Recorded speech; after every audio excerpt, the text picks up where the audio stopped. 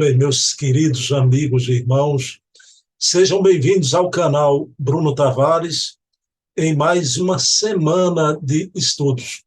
O nosso canal trabalha no campo da memória do Espiritismo. São programas semanais e também programas mensais. Hoje, neste sábado, a gente vai ter o programa Portfólio Fontes Primárias com o querido Adair Ribeiro. Mas eu quero trazer aqui os programas que irão ao ar na semana inteira, não é? No domingo, sempre às 20 horas, com o historiador Luciano Clay Filho. A gente está trazendo aqui a história da vida, a obra de Bezerra de Menezes. Não é? Estamos naquele momento em que o Bezerra, jovem ainda, se forma em medicina, aquele período pré-formatura, e já adentramos o período como médico jovem ainda, mas muito respeitado, quer dizer, fatos históricos da memória da vida de Bezerra e do Espiritismo que vocês só encontram aqui. Na terça-feira, sempre às 20 horas, toda terça-feira, recebemos aqui a filha do grande escritor Hermínio Corrêa de Miranda, autor de Diálogo com as Sombras, Nossos Filhos São Espíritos e mais uma centena de livros notáveis. Ana Maria também vem trazer fatos sobre a obra, sobre a vida do Hermínio, que você não encontra em biografia alguma. É realmente um relicário de fatos, é um doc notável. Estamos, no momento atual, nos debruçando sobre a vida de Inês Schiarelli de Miranda, a grande companheira do Hermínio, e o impulso e o apoio que ele teve na sua vida, até na atividade espírita. Na quarta-feira, temos aqui a resenha literária. Junto com o pesquisador Silvio Mariano, trazemos aqui as obras espíritas. Silvio, quiçá, é o menos conhecido dessa turma toda que está aqui no nosso canal, mas não é o menos brilhante, não é? Então, Silva é um profundo conhecedor da literatura espírita e mantém aquele bate-papo inigualável, né? Um bate-papo muito agradável sobre a literatura espírita, toda quarta-feira, às 20 horas. Na quinta-feira, semanalmente também, às 20 horas, Heloísa Pires, a educadora, conferencista, filha de Herculano, semelhante a Ana Maria Miranda com Hermínio, a dona Heloísa Pires traz aqui fatos que ninguém conhece sobre a vida do Herculano Pires. Nos debruçamos sobre os livros do Herculano e também ouvimos Herculano de viva voz, através dos seus áudios, e sempre entabulamos aquela conversa alegre, maravilhosa com dona Heloísa Pires. E aos sábados temos os programas mensais, tá? O de hoje é com Adair Ribeiro, Portfólio Fontes Primárias.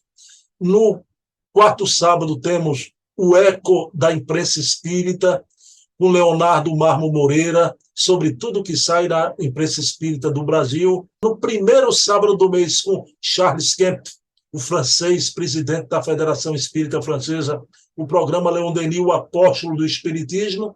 E no segundo sábado, César Perry de Carvalho, ex-presidente da FEB, da USE, trazendo as memórias, suas memórias de vida e do Espiritismo também.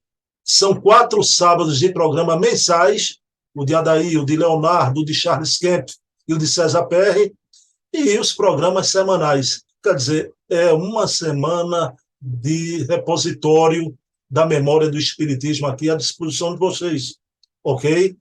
Então, eu vou abrir aqui a minha sala para receber o nosso querido amigo Adair Ribeiro, no programa de hoje, Portfólio Fontes Primárias.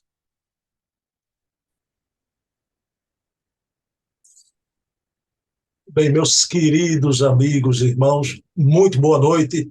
Estamos aqui em mais um Portfólio Fontes Primárias, na companhia de Adair Ribeiro, curador do ACOL, o Museu Allan Kardec Online, e hoje um dos diretores do CCDPE, o Centro de Cultura, Documentação e Pesquisa do Espiritismo, Eduardo Carvalho Monteiro. Então, como acontece mensalmente, vamos aqui conversar sobre as fontes primárias, né? Esse trabalho gigantesco, um trabalho extraordinário do Adair no campo da pesquisa e da historiografia espírita. Adair, iniciando o nosso programa, vamos elevar o pensamento a Deus, agradecer ao nosso Pai de bondade infinita por mais uma noite de mergulho na história do Espiritismo, na memória espírita, através das fontes primárias, e conversaremos sobre a importância da pesquisa espírita no Brasil.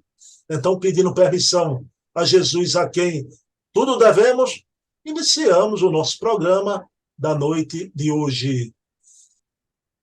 Bem, meu querido amigo Adair Ribeiro, tudo bom, Adair? Como é que estão as coisas aí, o trabalho espírita, tudo? Salve, Bruno. Salve, pessoal. Tudo caminhando, tudo tranquilo. O CCDPE está todo vapor, né? A gente está agora com o pessoal profissional lá que a gente conseguiu contratar, né? Demos o início nesse trabalho de higienização, organização, né? De treinamento dos voluntários para tentar colocar todos os acervos que constam do CCDPE, né? De forma profissional, né, para os frequentadores. A gente estava conversando antes, você perguntou se era aberto. Sim, o CCDP é aberto. A gente tem pouca gente, né? Não fica aberto assim das 8 às 18, né? Mas a gente, determinados dias, tem gente e maior prazer de receber, né, os interessados no espiritismo, na pesquisa, ou mesmo para conhecer o que é o CCDPE e todo o acervo. Daí eu queria pedir a você, por favor, eu divulguei em link e tudo, né? E você divulgasse o novo projeto, né? Que conta com a colaboração dos espíritas do Brasil. Claro que esse canal aqui está aberto, né, Adair? Por favor. Obrigado, Bruno. A gente iniciou uma campanha, né, o CCDPE, como praticamente todas as organizações espíritas, né, vive de voluntários, né? A gente vive de doações dos associados e para fazer frente a essa, que eu não chamo de despesa, né, esse investimento que a gente está fazendo com os documentos, os livros, o acervo do Eduardo, do Hermínio, do Washington, né? O CCDP tem vários acervos, foram doados, né, de personagens importantes do espiritismo, pesquisadores importantes.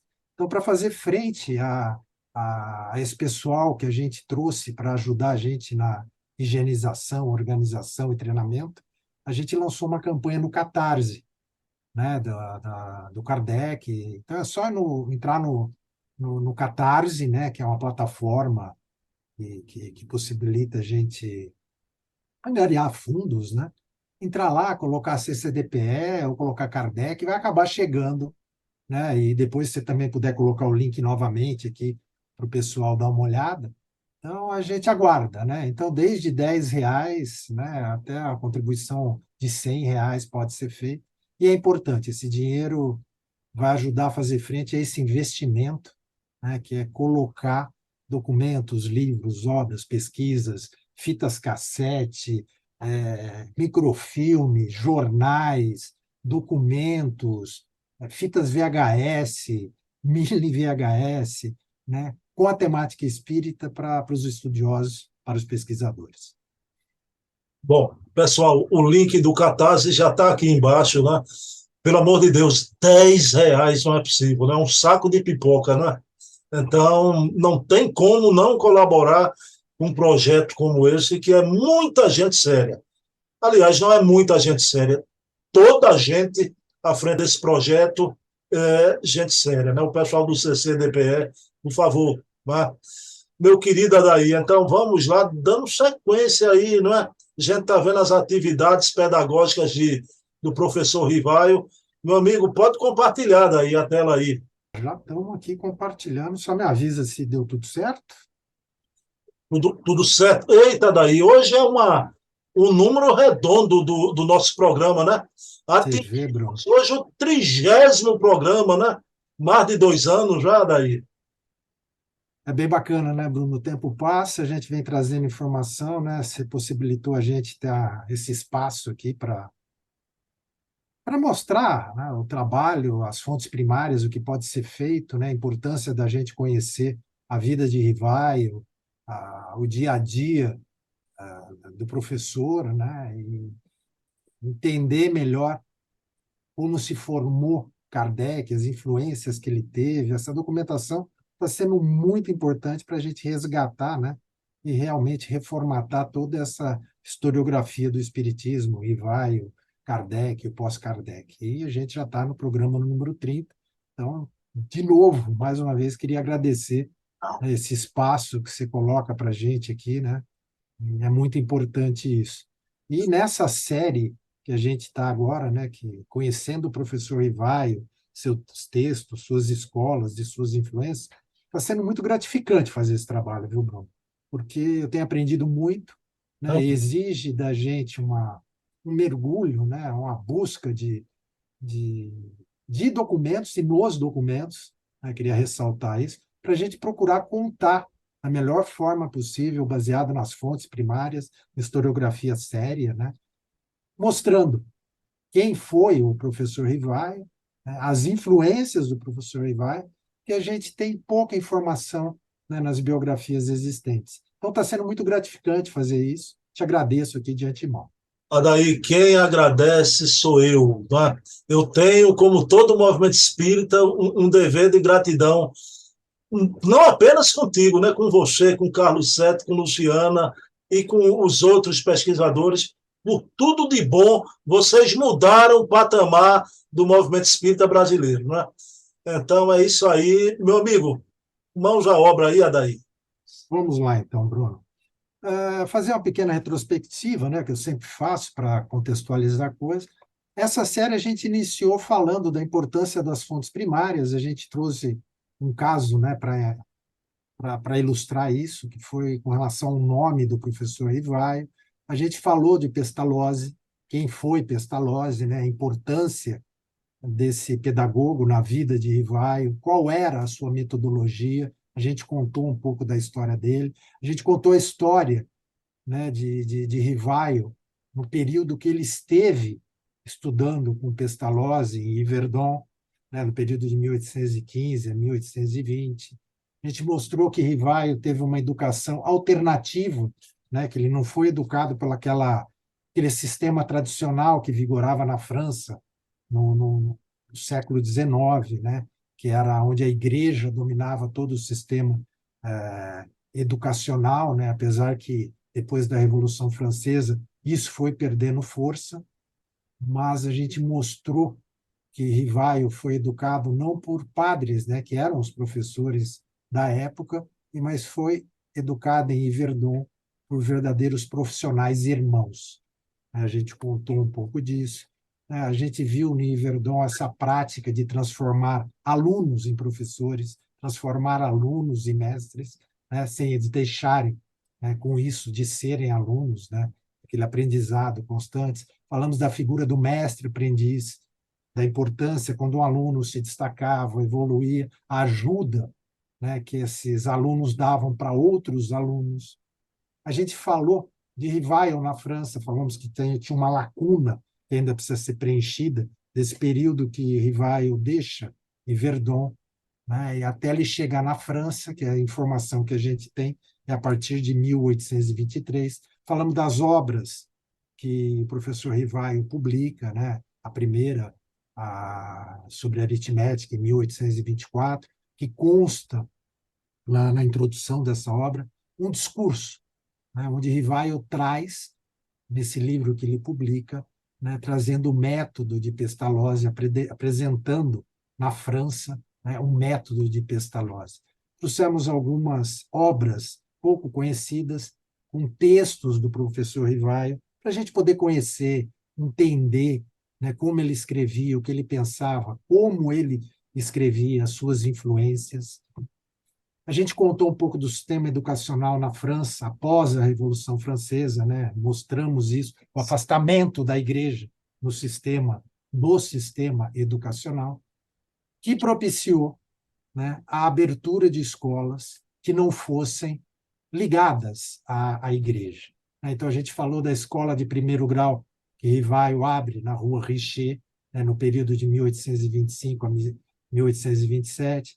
Trouxemos um mapa mostrando que era um imóvel não tão grande, ele não tinha tantos alunos assim, né? E para a gente entender melhor a parte física, né? O que era a escola ali, né? E o tamanho que ela tinha. Falamos do pensionato para meninos, perdão, que vai o abre depois na rua de Valgirar 65, né? No período de 1828 a 1831. Trouxemos também um mapa, né? Mostrando que já era um imóvel, né? Fisicamente mais avantajado, com uma área maior, e vai para ter mais alunos nessa escola. Mostramos um jornal, né, que era editado por um italiano na França, né, e legal que era na língua inglesa, e mostramos que nesse jornal houve um destaque que Rivaio estava melhorando o sistema do próprio Pestalozzi, né? Não apenas se tornando mestre dos seus princípios e poderes, mas capacitou o nosso professor Rivaio a introduzir várias valiosas melhorias no sistema de Pestalozzi. Trouxemos material inédito, né? Esse pequeno manual sobre educação, escrito pelo professor Rivaio. Nesse material a gente vê procurava educar crianças autossuficientes no processo de sua formação. E a gente destaca a grande influência que Pestalozzi teve no nosso professor. Trouxemos um plano proposto para a melhoria da educação pública nesse período de transição, né, do sistema educacional francês saindo da Igreja Católica, migrando para algo, vamos falar, laico, no sistema educacional, e as propostas que o professor Rivaio faz para a melhoria desse sistema de educação pública, publicado em 1828, a gente comentou isso. Comentamos sobre o sistema educacional na França de 1830 a 1848, né, a influência, na época, né, do monarca Luís Felipe I, a grande influência que teve essa figura muito importante, né, que foi o Guizot, no sistema educacional. Esse sistema que ele implantou durou na França até 1941, mostrando a importância, né, dessa pessoa aqui que chegou a ser embaixador em Londres, ministro das Relações Exteriores, e destacamos, né, a sua influência na instrução primária, né, prevendo a existência de escolas para meninos em cada departamento, em cada cidade da França, né? E as mulheres, que foram durante muito tempo proibidas, inclusive de exercer a profissão de professoras, a gente viu essa mudança, né, com a mudança da normatização em 1834, propiciando que mulheres pudessem exercer não só a profissão de professoras, como possuir escolas, né? Isso foi muito interessante. A gente falou do Jacotot, né, o mestre ignorante, uma influência importante que Rivaio teve, né, na sua carreira enquanto pedagogo.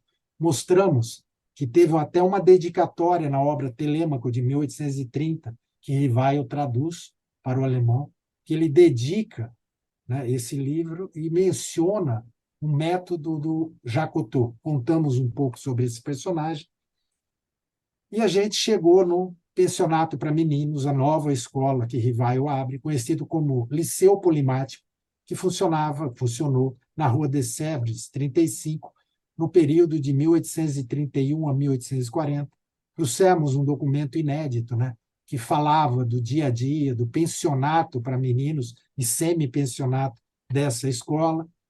Trouxemos, né, a pesquisa que eu e o Carlos, que a gente publicou, que um pesquisador francês localizou uma quantidade de cartas muito grandes, né, de 2 alunos que frequentaram a escola, né, o Liceu Polimático, e contando a história do dia a dia do Liceu Polimático na visão dos alunos. Então, a gente falou um pouco sobre isso. Trouxemos o regulamento do Instituto Rivail, lá no Liceu Polimático. A gente até brincou, né? O uso de uniformes obrigatório, a rigidez que existia no Liceu Polimático, né? Com regras, às vezes, severas, né? Para colocar ordem naquela meninada toda. E a gente trouxe um mapa, né? Do Liceu Polimático, que hoje é um shopping em Paris, na rua que ele funcionava, né? Na rua Dessepes. Trouxemos a publicação que saiu nas Memórias da Academia de Arras, onde o professor Rivaio é homenageado com um prêmio, né? No ano de 1830, 1831, perdão, em dezembro de 31, ele é agraciado com um prêmio no artigo que ele escreve sobre a educação na França. E a gente tinha parado aqui, e hoje nós vamos continuar. A gente falou, né, o que era o Liceu Polimático, a gente falou o local que ele funcionava, né, toda a contribuição daquela visão dos dois alunos que estudavam dentro do Liceu Polimático, a quantidade de matérias chamou a atenção da gente, a gente comentou muito isso, né, que aqueles alunos estavam submetidos praticamente de domingo a domingo. E aí eu trago um documento que é bem legal, né, que foi publicado no ano de 1834, que são discursos que foram publicados, pronunciados na distribuição de prêmios, né, para os melhores alunos. Lembrando que a educação na França, nesse período e até hoje, né, o período vai alternado com relação ao sistema que a gente tem aqui. Então, vai de julho a julho, agosto a agosto, né, o ano letivo nessas escolas. Então, nesse documento, que foi publicado em 1834, aparece o senhor Rivaio como diretor de escola, membro da Academia da Indústria, da Sociedade Universal de Estatística, do Instituto Histórico, da Sociedade Gramatical, da Sociedade de Métodos, correspondente da Sociedade de Emulação de Ames, entre outras coisas, entre outras sociedades científicas que o nosso professor Rivaio participava. E aí eu vou ler, Bruno, que é bem interessante a informação que consta nesse documento. Deixa eu só tentar mudar um negócio aqui que está me atrapalhando a leitura. Peraí. Aí, beleza. A instrução de uma criança não consiste apenas na aquisição desta ou daquela ciência, mas no desenvolvimento geral da inteligência. A inteligência se desenvolve na proporção das ideias adquiridas. E quanto mais ideias se tem, mais apto se é a adquirir novas. A arte do professor consiste na maneira de apresentar estas ideias, no talento, segundo o qual ele sabe graduá-las, classificá-las e apropriá-las à natureza da inteligência. A gente vê o destaque que Rivaio dava, né, para o que ele chamava da arte de exercer uma profissão de professor, né, e com relação ao desenvolvimento da inteligência, né, das crianças.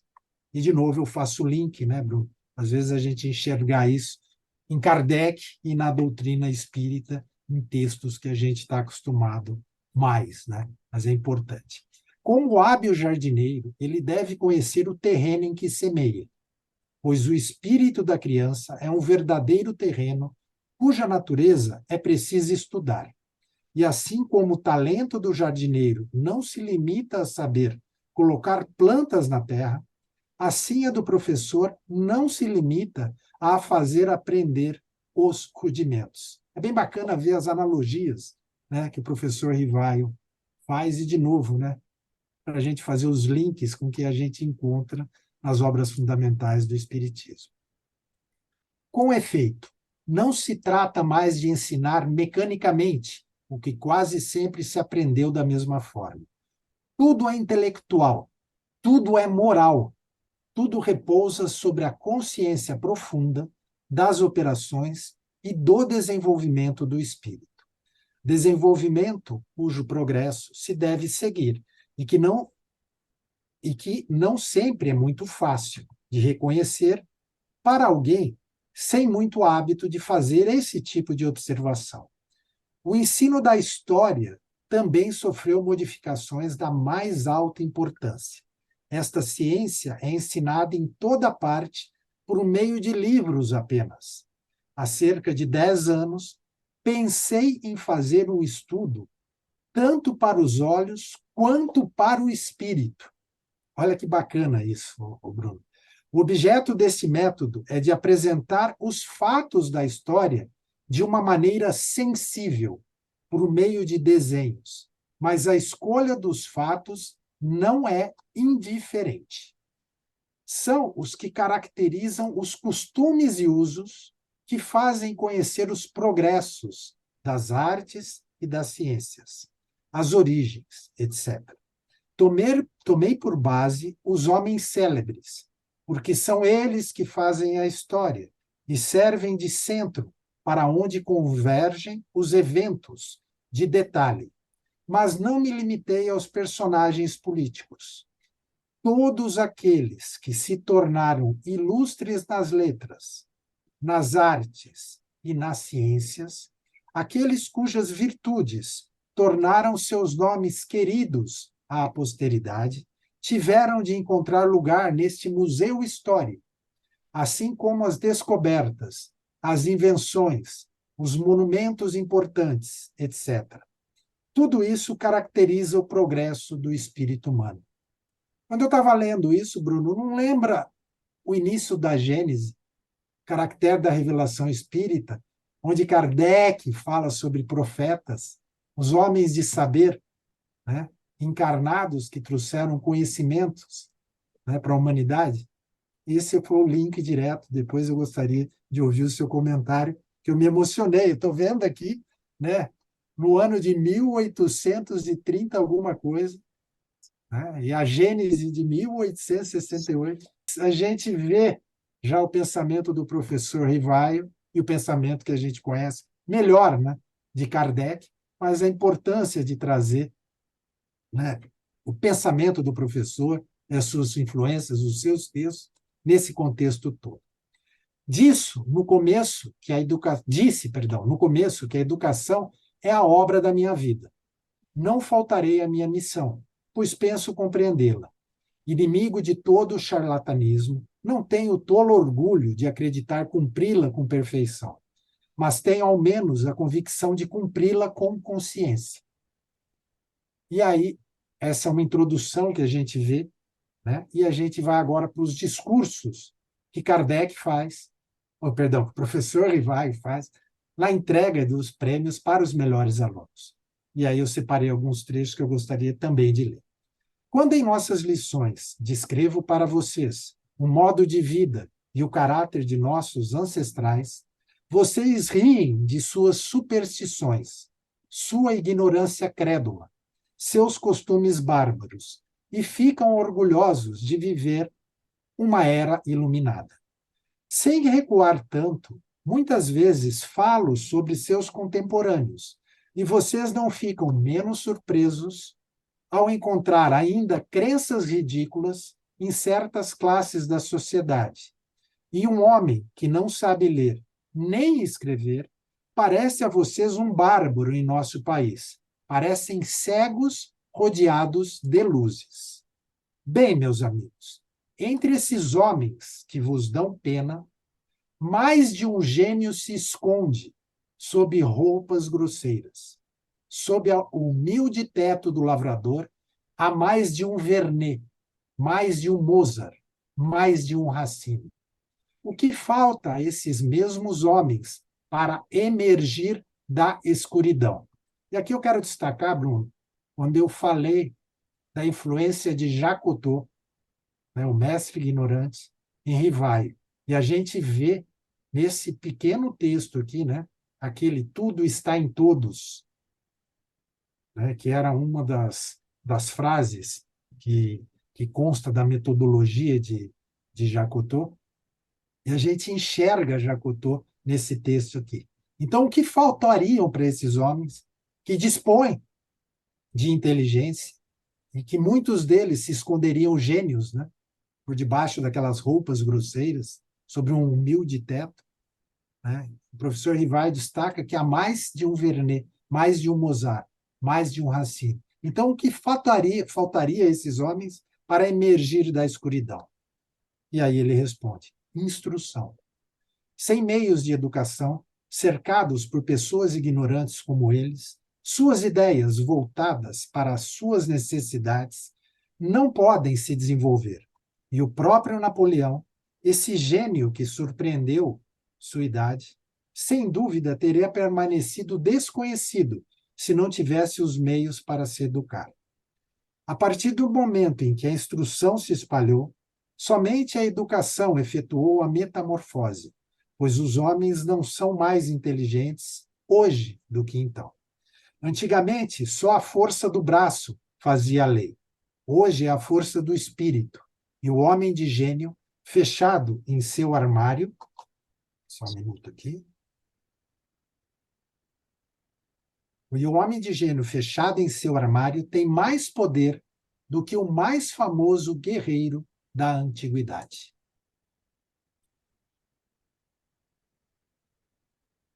Todas essas observações, meus amigos, não são novidades para vocês. Vocês sabem que não negligencio nenhuma ocasião para colocá-las diante de seus olhos e fazê-los sentir sua importância. Mas no momento de me despedir por algum tempo, pensei em recapitular as principais considerações para que estejam presentes em suas mentes durante o tempo. Só um minutinho que eu tenho que ficar mudando uma telinha aqui. O tempo que passarão com suas famílias, e que possam, mesmo dentro dos prazeres das férias, vocês são lembrados de que, ao se educarem, vocês estão trabalhando para a sua própria felicidade. É inevitável fazer determinados links que eu faço, e eu, sei lá, não sei você, Bruno, mas eu enxergo muita coisa aí, né, quando eu leio as obras fundamentais. Nesse documento, publicado em 1884, consta um discurso de um aluno, né, que eu fiz questão de trazer também aqui, para ver o outro lado, né? O que os alunos pensavam, né, através desse aluno que pronunciou um discurso, o jovem Louis Royer, de 15 anos, e a gente perceber também a maturidade, né, dessa criança. Na ausência dos Jogos Olímpicos, as academias distribuem recompensas aos homens de letras que se destacaram.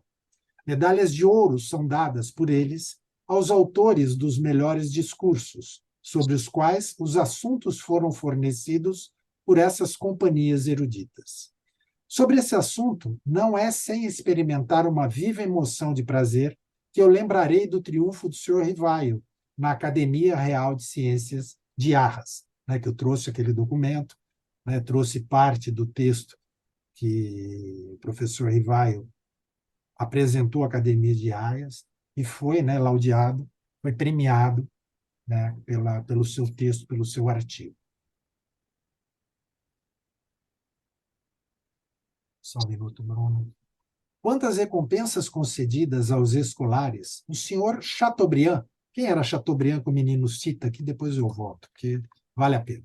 É François René Visconde de Chateaubriand, né, nascido François René Auguste Chateaubriand, viveu na França 1768 a 1848, foi um escritor, um ensaísta, um diplomata francês, realista e político francês que se imortalizou pela sua magnífica obra literária de caráter pré-romântico. E esse menino menciona no seu discurso, né, quantas recompensas concedidas aos escolares. Adaí, com licença, só uma pergunta, né? Pois não, pois não. No livro dos médios, aquela parte final das comunicações, né, há uma mensagem do espírito Chateaubriand. Eu pergunto a você, seria o mesmo? Não sei, Bruno, eu não fiz esse link, mas prometo correr atrás. Mas você se lembra da mensagem do... Lembra da mensagem, sim. Ok.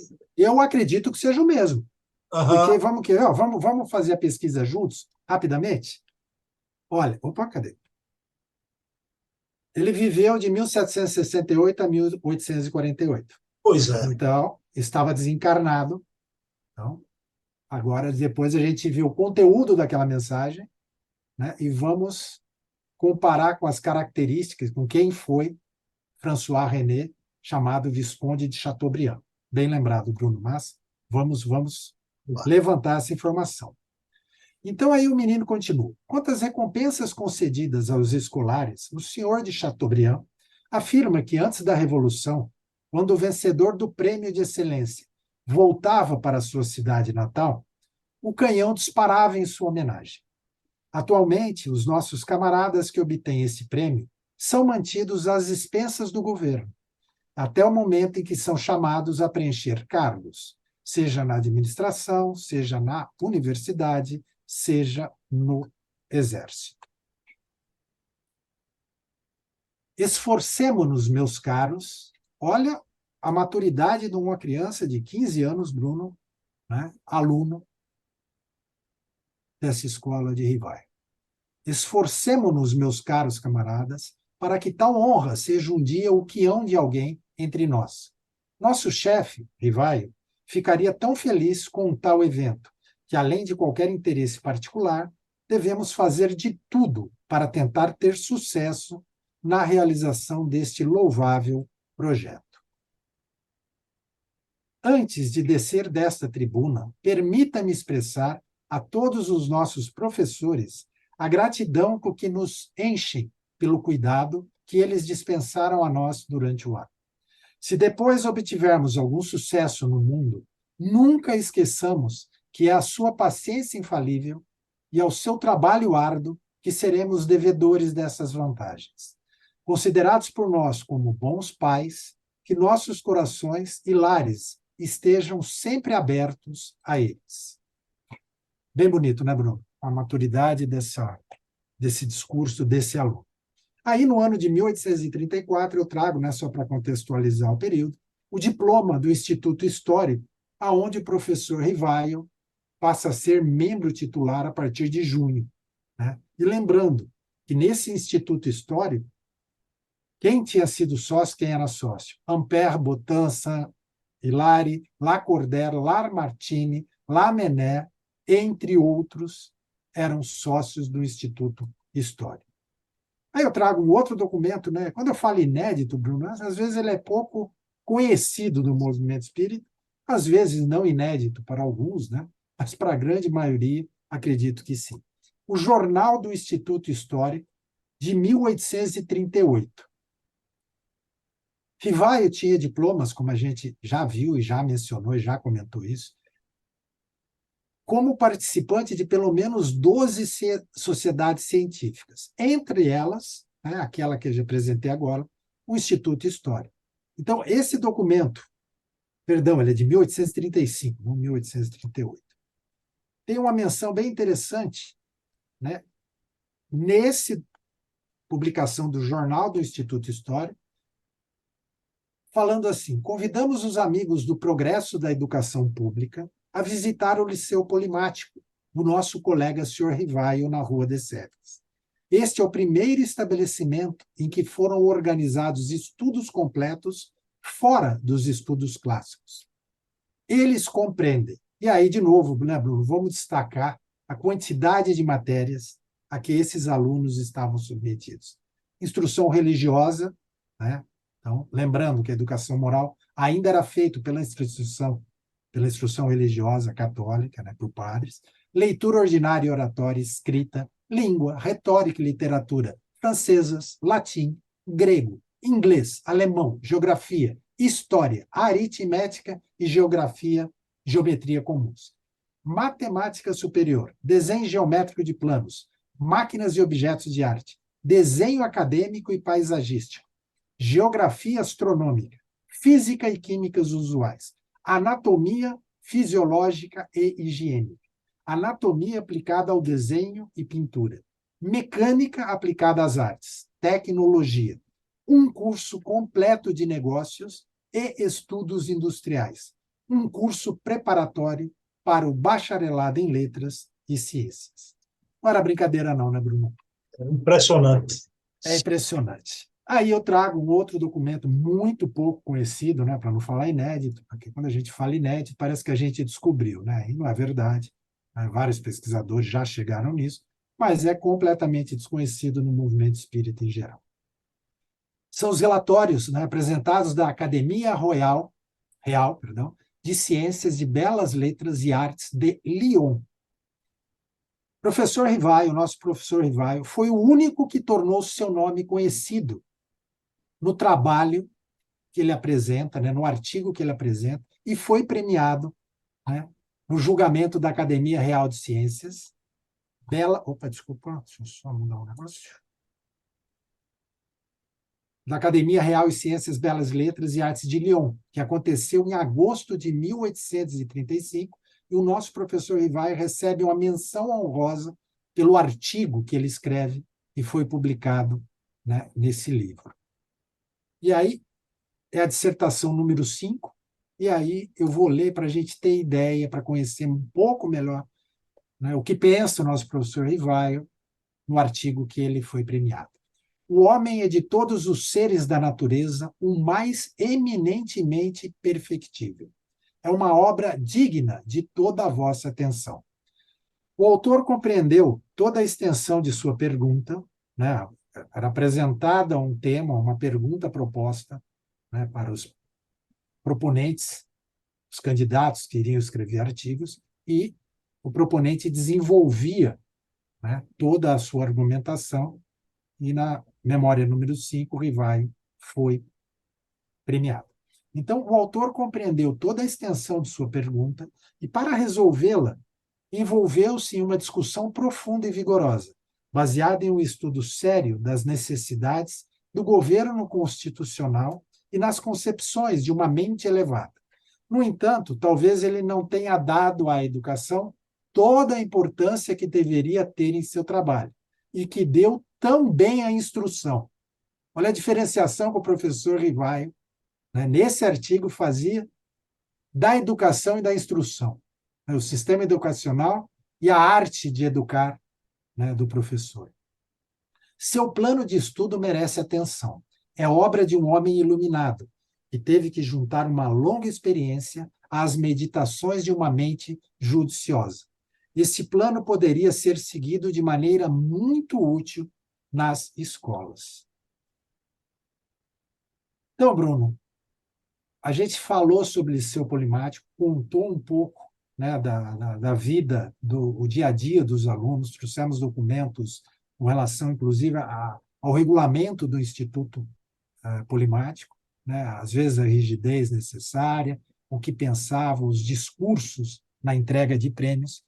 E aí, né, segundo o trabalho de Carlos Sete, em 28 de janeiro de 1840, ocorreu uma publicação de uma deliberação do Conselho Real para a transferência da função de mestre de pensão do Liceu Polimático, que pertencia a Rivaio, para o senhor Amédée Pitolet. Então, é transferido o Instituto Rivaio, né? Rivaio deixa de ser o proprietário, né? E o novo mestre de pensão do Liceu Polimático passa a ser o senhor Pitolet. Rivaio teve dificuldades para receber o dinheiro na venda da transferência, né, de titularidade do pensionato do Liceu Polimático. Pitolet continuou na Rua de Sèvres até o ano de 1845, quando se mudou, deixando o prédio sem qualquer manutenção. Essa é a pesquisa de Carlos Sete, que eu trago aqui. Um processo foi iniciado na Justiça pelos proprietários do imóvel contra o senhor Pitolet. E, por tabela, acabou entrando nosso professor Rivaio, que era o fiador, né, dessa transferência de titularidade que ocorre. Em 1838, Rivaio publica um programa de estudos de acordo com um plano de instruções, né, para a educação primária. Então, a título de ilustrar, de trazer informações do que o nosso professor Rivaio, a quantidade de coisas que ele escreveu com propostas para a educação para o governo francês foi muito grande. Então, a gente traz um pequeno texto aqui, né? Instrução sobre os fundamentos e uso deste programa. O plano de estudos que adotei, e cujo programa geral é dado abaixo, compreende várias divisões. A primeira destina-se ao ensino primário e abrange o ensino que as crianças podem adquirir até cerca dos 10 anos de idade. A segunda divisão do meu plano de ensino compreende os estudos que se seguem ao ensino primário e aos quais dei o nome de secundário francês, para os distinguir do ensino secundário clássico, uma vez que não inclui, nesse sistema de Rivail, o estudo de línguas mortas, e que é especialmente dedicado aos alunos que, pelo seu objetivo, não precisam dessas línguas, ou que não desejam estudá-las com exclusividade. E aí, esse caderno, né, essa publicação tem mais de 30 páginas, com todas as matérias, com todas as sugestões de leitura de livros, ano a ano, classe a classe, né? Então, só para ilustrar como o nosso professor se envolveu no sistema educacional francês.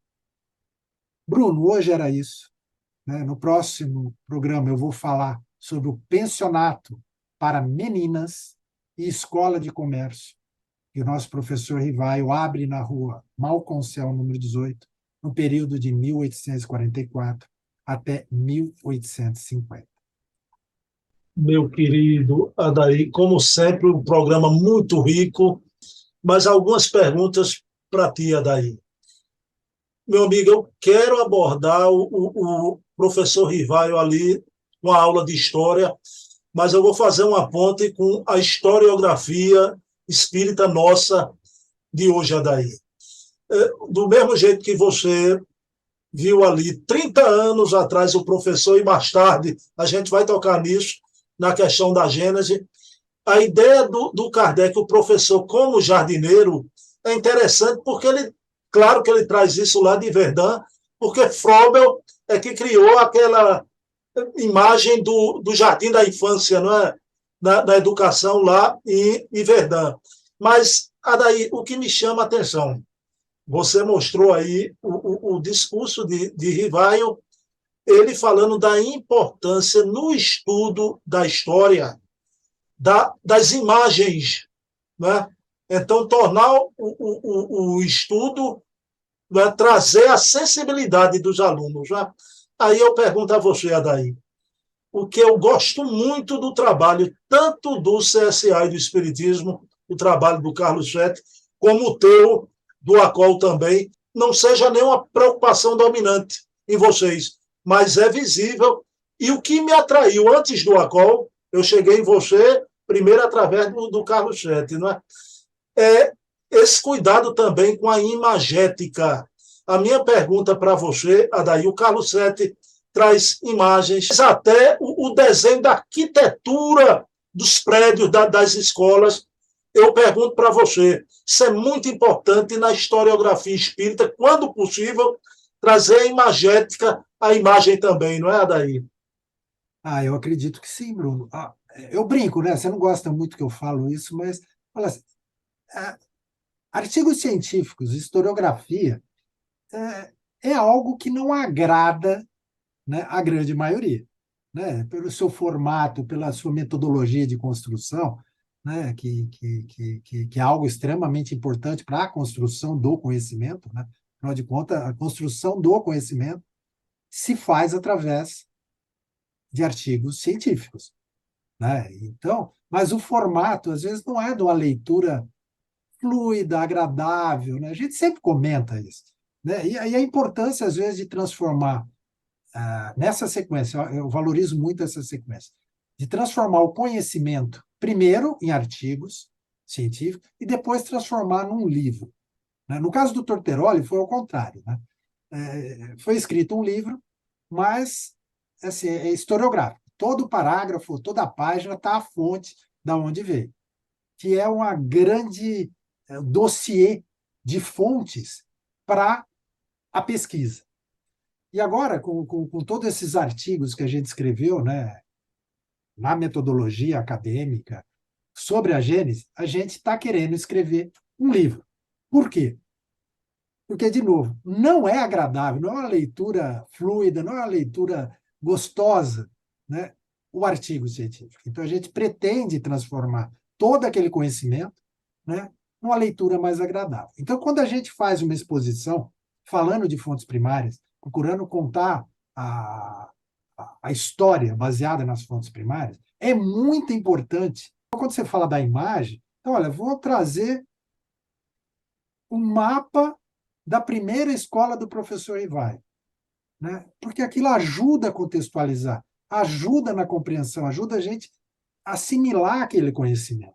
No nosso programa, que é sobre historiografia do Espiritismo, é de fundamental importância trazer o documento em si, trazer quem é aquela figura que a gente está falando, ou que é mencionada em determinado documento, uma foto do livro, quem foi aquele personagem, o que ele fez naquele contexto político, educacional, da época, né?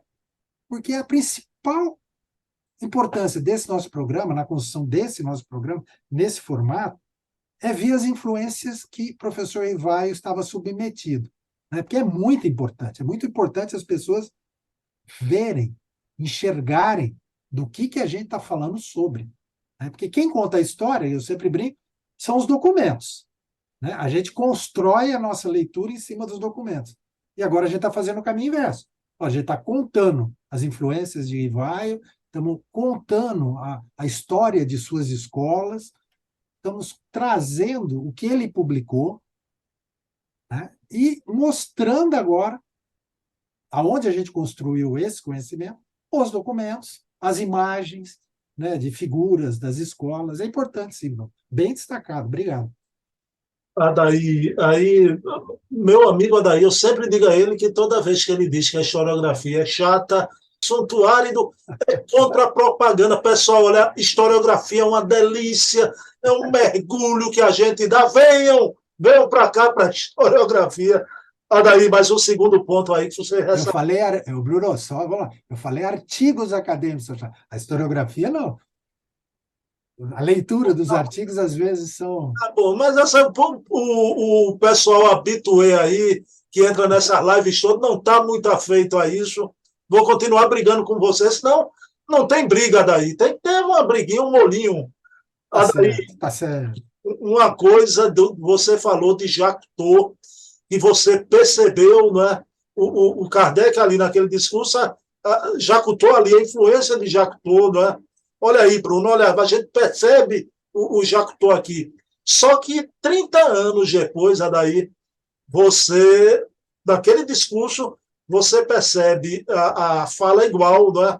A essência daquele discurso, lá na Gênesis, 30 anos depois, quando ele fala sobre os profetas, da mesma forma que estava falando sobre os grandes homens. Né? Adair, me diga uma coisa, professor Rivaio só não estava debruçado sobre o espiritismo, né? Mas quando ele vai e ele fala sobre isso, o método, né? Então isso comprova sobejamente a metodologia do grande educador, não só na Gênesis, mas em todas as obras, através desses links que você observa para a gente. Sim, sim. E não sou só eu, não, Bruno. Grandes pesquisadores, eu vou destacar aqui o Marcelo Gulão, né, que escreveu sobre o método, a metodologia de Kardec, acho que na sua tese de doutorado. E ele faz ele busca também toda essa construção, né, das influências, né? Inclusive, na minha apresentação, quando eu falei sobre Jacques Cousteau, eu cito Marcelo Goulon, porque ele, en passant, ele mencionou, ele não se aprofundou tanto, depois eu até conversei com ele, ele falou, Adair, eu realmente não tinha espaço mais, que ele escreveu, a tese dele é maravilhosa, sobre a metodologia de Kardec, e ele menciona ali o Jacques Cousteau, né? Então, procurando mostrar exatamente isso que a gente está fazendo nesse programa, as influências, né, que Rivaio teve, até ele chegar na metodologia que ele adota na construção do espiritismo. É óbvio que isso não aconteceu num passe de mágicas, né? Foi um processo, né, das influências que Rivaio teve ao longo da sua vida toda. Cada instituição científica que ele participou, cada escola que ele teve, cada influência pedagógica que ele teve, né, tudo isso propiciou, né, o homem Allan Kardec desenvolver tudo o que ele desenvolveu. Mas daí é maravilhoso. Né? Meu amigo, 30º programa. Eu noto uma coisa daí. Você disse que a historiografia é chata, mas daí você está rejuvenescido através desses 2 anos de tantos documentos. Qual é o segredo aí? A pesquisa ajuda o espírito da gente, Adair? Ah, Bruno, é gratificante, não tem? Não, eu te agradeci, né, no começo, já vou agradecer no final, o espaço, tudo por causa disso. Mas, assim, quando a gente se propõe a falar sobre determinado assunto, é onde a gente aprende. É nessa pesquisa para construir a apresentação é que a gente faz um estudo mais diferenciado, mais aprofundado, e é aí que vem o aprendizado. Porque, às vezes, a gente lê, né, mas não se debruça sobre determinada característica, né, ou sobre documento. Só quando, né, ou você vai escrever alguma coisa, um artigo sobre aquele determinado assunto, aí sim há o aprofundamento. Mas a gente vai lendo, vai estudando, e nem tudo fica. Então, essas influências de Rivaio, surgiu a vontade de escrever por conta do programa. Quer dizer, então, muitas informações existem. Você vê, o Carlos está toda hora fazendo live, trazendo as informações que eu estou trazendo aqui de uma maneira diferente. O Charles Kemp, a mesma coisa.